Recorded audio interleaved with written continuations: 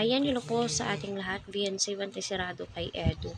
Edu, iniingatan talaga si Beyonce. So, 100% po talaga, iniingatan po talaga ni Edu itong si Beyonce. Gaya ng kanyang pangako sa magulang nito.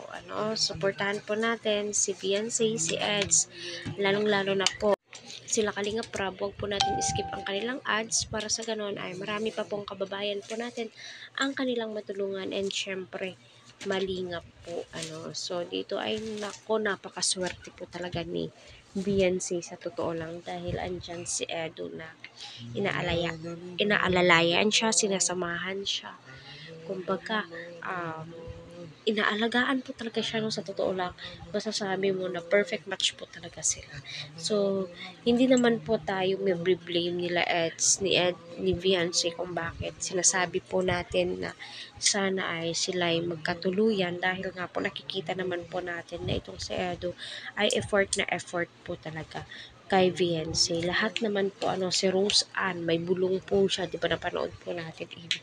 So, napakaswerte po talaga ni Beyonce kay Edu. Si Edu, napakaswerte naman din po kay Beyonce, diba? Kasi kita naman po natin na napaka-supportive po nila sa bawat isa. Nagtutulungan po sila, at hindi po nila pinaparamdam sa isa't isa na sila ay